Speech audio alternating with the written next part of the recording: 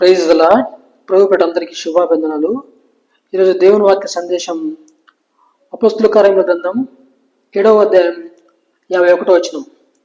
ముష్కరులారా, హృదయములను చెవులను దేవుని వాక్యమునకు లోపరచిన నల్లని వారులారా, మీ పితరుల వలె మీరును ఎల్లప్పుడూ పరిశుద్ధాత్మను ఎదిరించుచున్నారు అని వాక్యం సెలవిస్తుంది. ఇక్కడ ముష్కరులు అంటే చెడు స్వభావం కలిగిన వారు, దేవునికి అయిష్టంగా జీవించేవారు.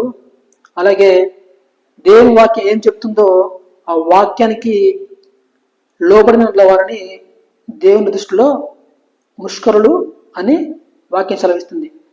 హృదయములను చెవులను దేవుని వాక్యమునకు లోబడకపోవడమే, వాక్యం ఏం చెప్తుందో అది మనము చేయకపోవడమే ముష్కరతత్వం.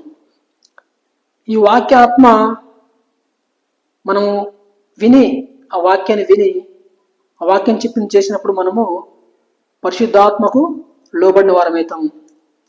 పరిశుద్ధాత్మకు లోబడ్డం అంటే వాక్యానికి లోబడ్డం, వాక్యానికి లోబడ్డం అంటే దేవునికి లోబడడం, దేవునికి లోబడ్డం అంటే దేవుని దృష్టిలో నువ్వు దేవునికి ఇష్టంగా ఉన్నావని అర్థం.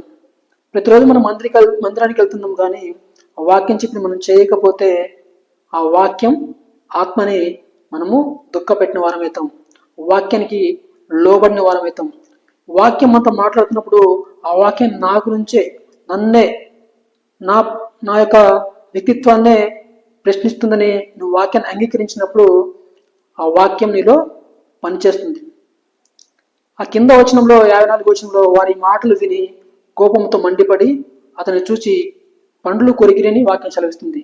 నిజంగా ఈరోజు ఒక వ్యక్తి వాక్యం చెప్తున్నప్పుడు, ఆ వాక్యం మనతో మాట్లాడుతున్నప్పుడు ఆ వాక్యం మనలే ప్రశ్నిస్తుందని చెప్పేసి మనము అనుకున్నప్పుడు నిజంగా మనకు కోపం వస్తుంది.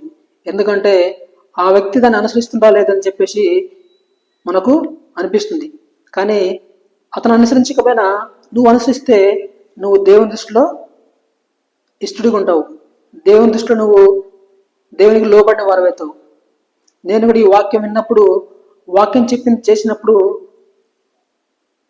నాకు అనిపించింది నాలో ఉన్న స్వభావం నిజంగా ముష్కర స్వభావం అని. మీలో కూడా అలాంటి స్వభావం ఉంటే ఈ వాక్యాన్ని ఈరోజే చేర్చుకొని మన చెవులను మన హృదయాలను దేవుని వాక్యానికి విధేయత చూపించేలాగా ఉందాం. వాక్యం చెప్పింది మనం చేద్దాం. పరిశుద్ధాత్మ వాక్యాన్ని మనము దుఃఖపరచకుండా దేవునికి ఇష్టంగా జీవిద్దాం. ఈరోజు వాక్యమా మాలోకి రా అని అడగగలిగితే వాక్యం నీలోకి వస్తుంది, నీలో ముష్కర స్వభావాన్ని తీసివేస్తుంది. దేవుడి చిన్ని వాక్యాన్ని దీవించగాక. ఆమేన్.